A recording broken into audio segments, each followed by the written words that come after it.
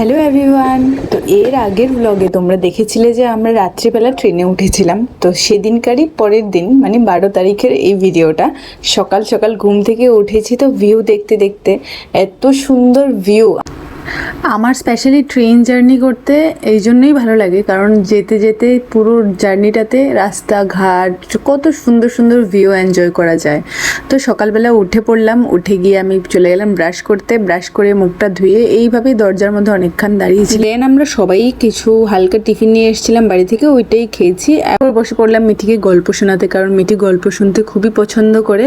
আর পুরো জার্নিতেই শুধু বলছিল যে ফুলতি একটা গল্প শোনাও। তুমি ঠিক গল্প শোনাতে বসলাম আমি আর উদয়, আমার মানে ছোট ভাই। আমরা কোথায় যাচ্ছি? গুয়াহাটি। কোথায়? গুয়াহাটি। আচ্ছা, তোমার কেমন লাগছে? তোমার সুন্দর। ওয়াও, তুমি কি এক্সাইটেড?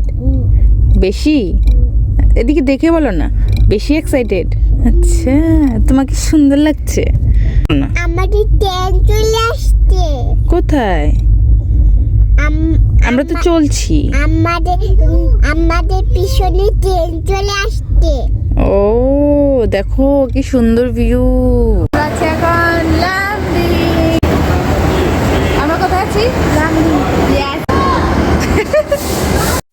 আমরা কোথায় এসেছি মিঠি? গুয়াহাটি।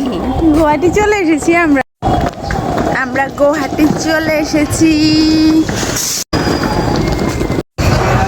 আমরা কোথায় এসেছি? গুয়াহাটি। ওকে ওকে করো, চলো হ্যাঁ চলো।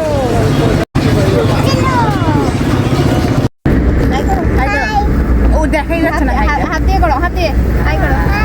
উপরে উঠে আমরা কোথায় যাচ্ছি? উপরে উঠে কোথায় যাচ্ছ? গুয়াহাটি। কি সুন্দর লাগছে। আরে হ্যাঁ বলে মন খারাপ হয়েছে কেন?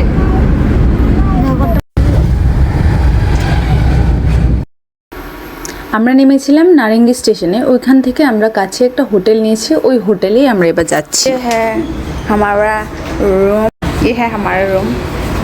মনো সে সামথিং না। রুমে এসেছি। তো সত্যি বলতে আমার লাইফের বেস্ট বার্থডে আমি কাটিয়েছি। মানে আই মিন সেই মানে এমন বার্থডে আমি আমার লাইফে কোনো দিন, আমি এত বছর হয়েছে আমার বয়স, আমার এত ভালো বার্থডে আমি কোনোদিনও কাটেনি। প্রত্যেক বার্থডেতেই আমি মোটামুটি একটু হলেও আমার কান্না করতে হতো, কারণ কোনো না কোনো রিজনে আমার কান্না করতেই হতো। কিন্তু এইবারের বার্থডে মানে মনে আর কোনো ইয়ে নেই যে আমি ওটা করতে পারলাম না, এটা হলো না, ওটা হলো না, মানে সব ফুলফিল।